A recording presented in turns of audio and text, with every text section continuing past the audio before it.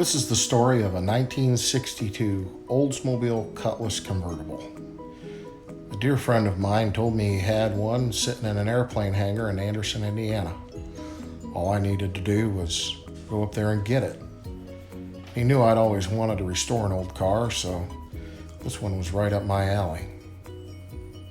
The car had been parked there sometime in the mid-1980s, so it had been there for nearly 40 years. When we popped the hood on that thing in that airplane hangar, I thought for sure I'd gotten myself in over my head. We wrestled it out of the airplane hangar.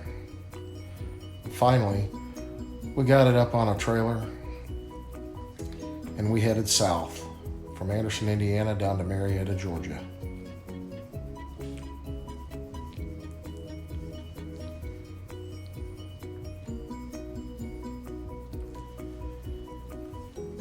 When we finally saw the car sitting in our own driveway, we thought, well, we may be in over our head, but we're going to have fun being there.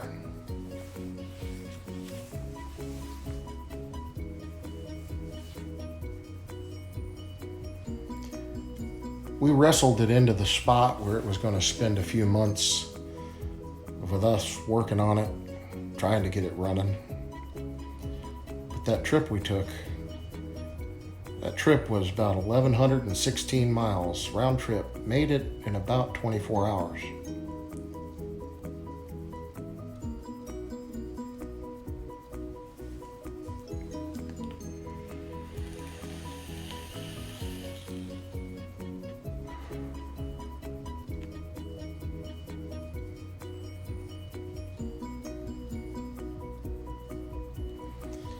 With the car off the trailer, we set to working on it with the goal of 7 days to have it running. Of course, the first thing we did was drain all the fluids and give it a bath. We realized as we got into it, after cleaning things up a little bit, maybe it wasn't in as bad a shape as we thought, and maybe we weren't as far over our heads as we thought.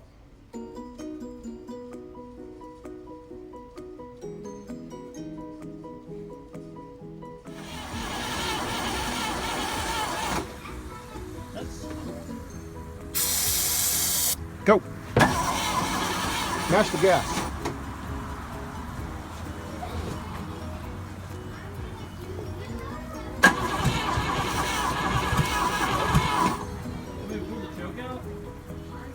Yeah, you can try.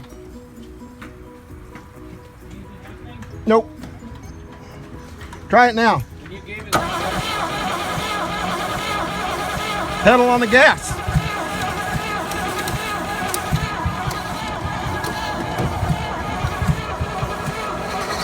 Oh, thank you for there. We kept at it every day. We even did a little wet sanding and cleaning just to try and make us feel like we were keeping busy while we waited on parts.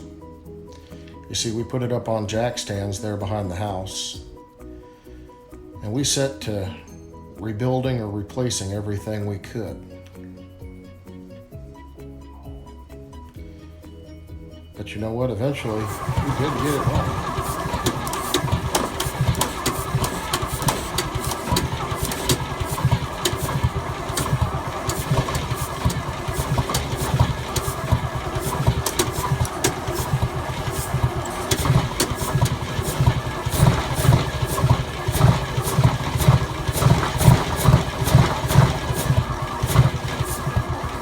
I won't say it was running well, but it was running.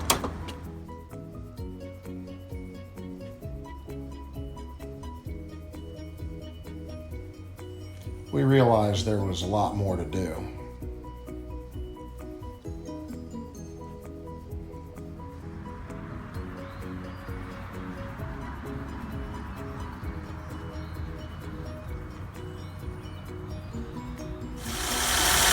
Getting the car to run meant that eventually we had to get this car stopped.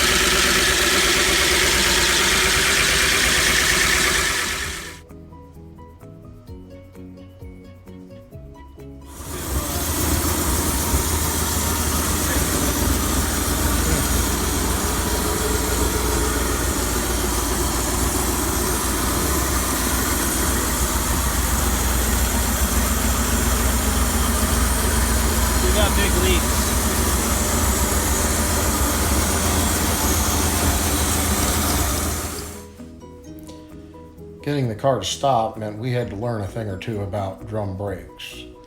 So we rebuilt all the cylinders, put in new linings, put in new brake lines, front to back.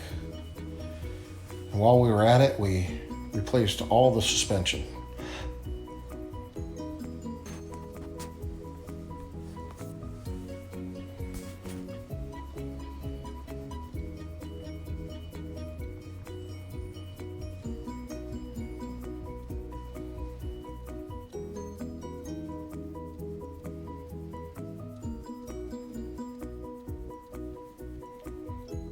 The challenge with a 1962 Oldsmobile Cutlass is they didn't make them very long, and there's not a lot of parts that cross over from other models.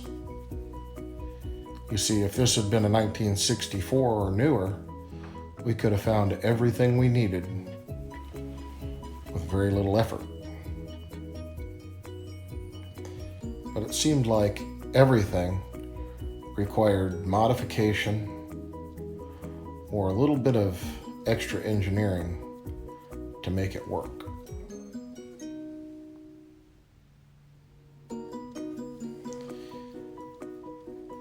Even something as simple as suspension, you'd think hadn't changed much in 40 years, but it sure had. We had to make some modifications to a modern shock absorber in order to get it to work. But eventually we did. Making a little And she had video new update suspension, for those of you who are following the springs, progress bushings, of the tie 1962 Oldsmobile Cutlass convertible. You'll notice in this picture it has wheels and hubcaps on it. That's because all four wheels have been rebuilt. New brakes, brake cylinders, pads, and all suspension and suspension bushings have been replaced, including sway bar, control arm bushings. Anyway, everything that was a bushing has been replaced. The motor is running right now, and today it started and ran with fuel from the fuel tank, which is the first time it's done that in 40 years. The fuel tank has been taken down and cleaned and prepped. The rear suspension was done, and we've got to put the back bumper back on. But all indications are that this car will ride and drive under its own power within the next day or two. Wish us luck.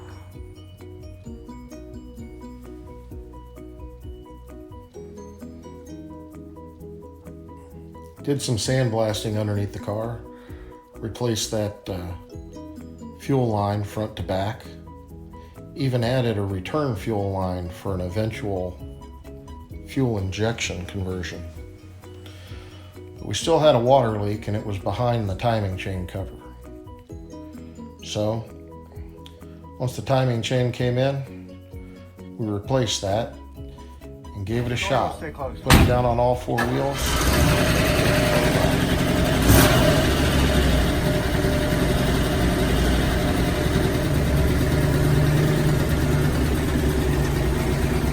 That right there is this car moving under its own power for the first time in 40 years. Even though it didn't go far, it still marked a milestone for us. What happened here was I forgot the reverse is all the way at the back of the shift in this car. You see, in 1962, they didn't have a standard park reverse neutral drive shift pattern. This thing. Oh, there goes the door. Eventually we got it running, and we took it for its first trip.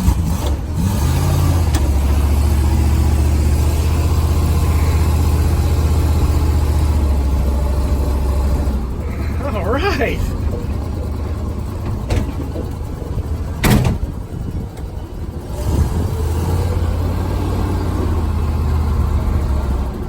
Uh-oh. What? Temperature lights coming on. Well, just turn it around, take it back. guess that means the temperature gauge works. Speedometer works. Yeah.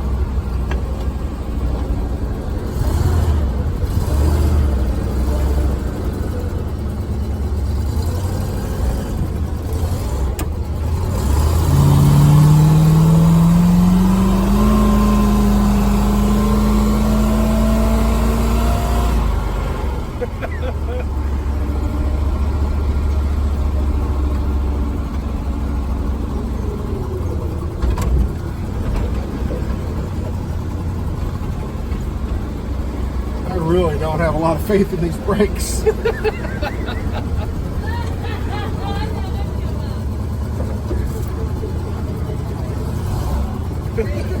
try to hit the truck. Huh? Try to hit the truck. You're good. You're completely good.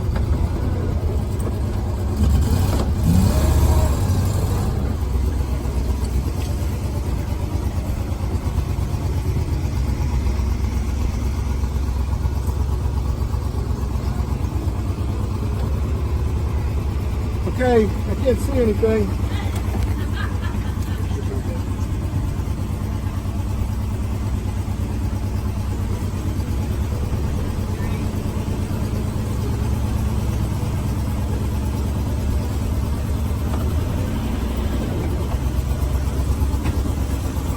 It runs good, Dan.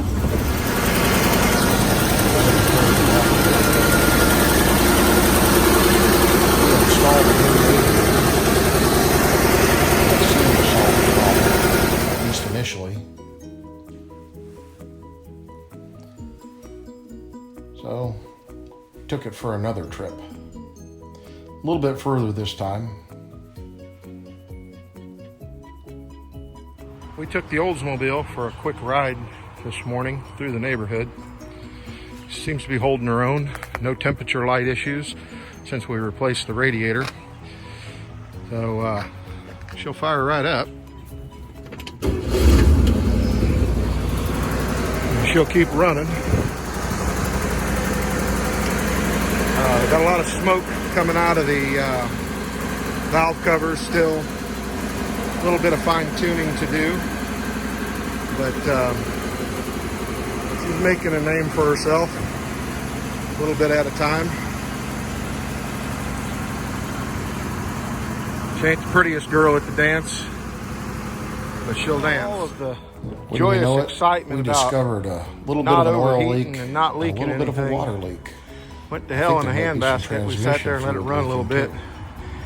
Now So back she's to got the barn she goes. some oil leaking, some water leaking, water pumps leaking real bad.